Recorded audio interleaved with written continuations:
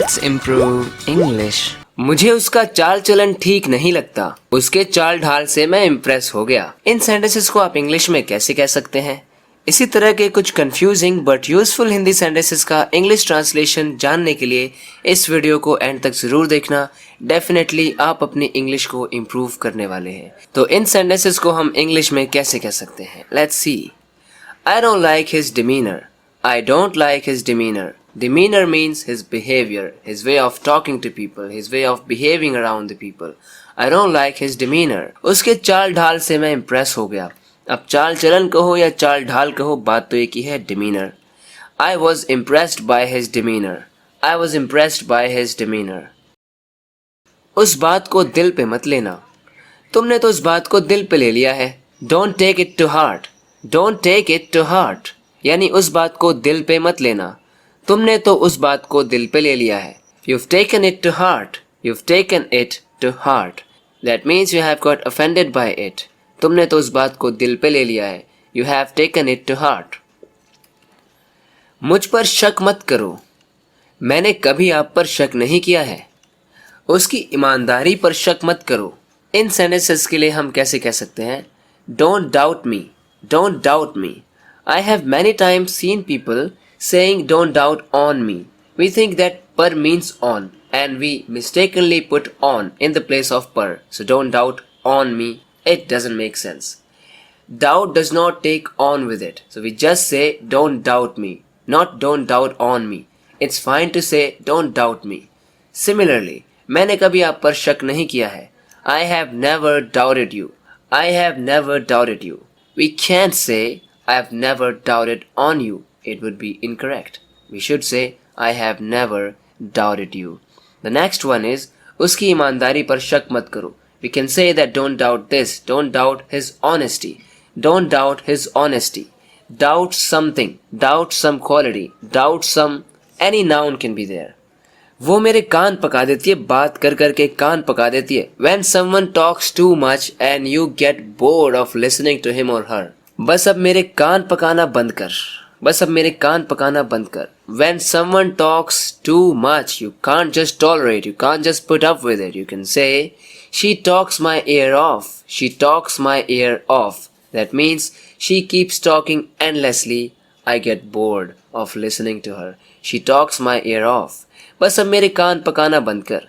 Stop talking my ear off now. Stop talking my ear off now. मेरे दिमाग में एक सवाल आया। मेरे दिमाग में एक तरकीब आई, एक आइडिया आया। दिमाग में कुछ आया। इस बात के लिए इंग्लिश में कहना सही क्या होगा? A question popped into my head. A question popped into my head. मेरे दिमाग में एक तरकीब आई। An idea popped into my head.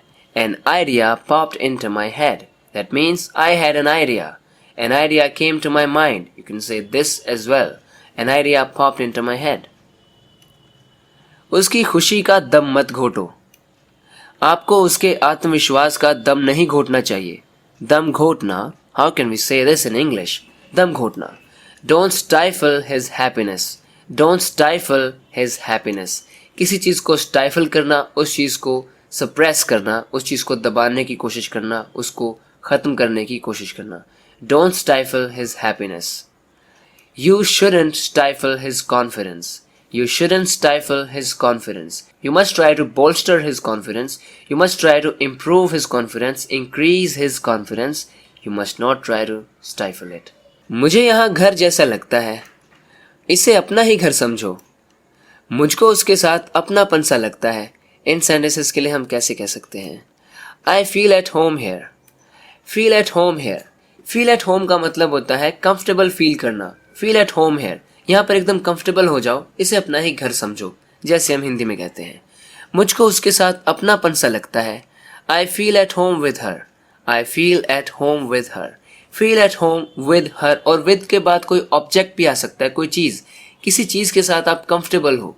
Like I feel at home with this new camera, यानी इस कैमरा के साथ मैं बहुत कंफर्टेबल हूँ, मतलब बहुत अच्छे से मुझे ये कैमरा पसंद आ गया है। So I feel at home with it. I feel at home with this motorcycle, यानी मुझे मोटरसाइकिल बहुत कंफर्टेबल लगती है। I feel at home with it. So if you feel at home with something और विद समवन, आप comfortable हो रहे हैं उस इंसान के साथ या उस सामान के साथ। पुरानी बातें छोड़ो, मेरा हाथ छोड़ो, मुझे छोड़ो।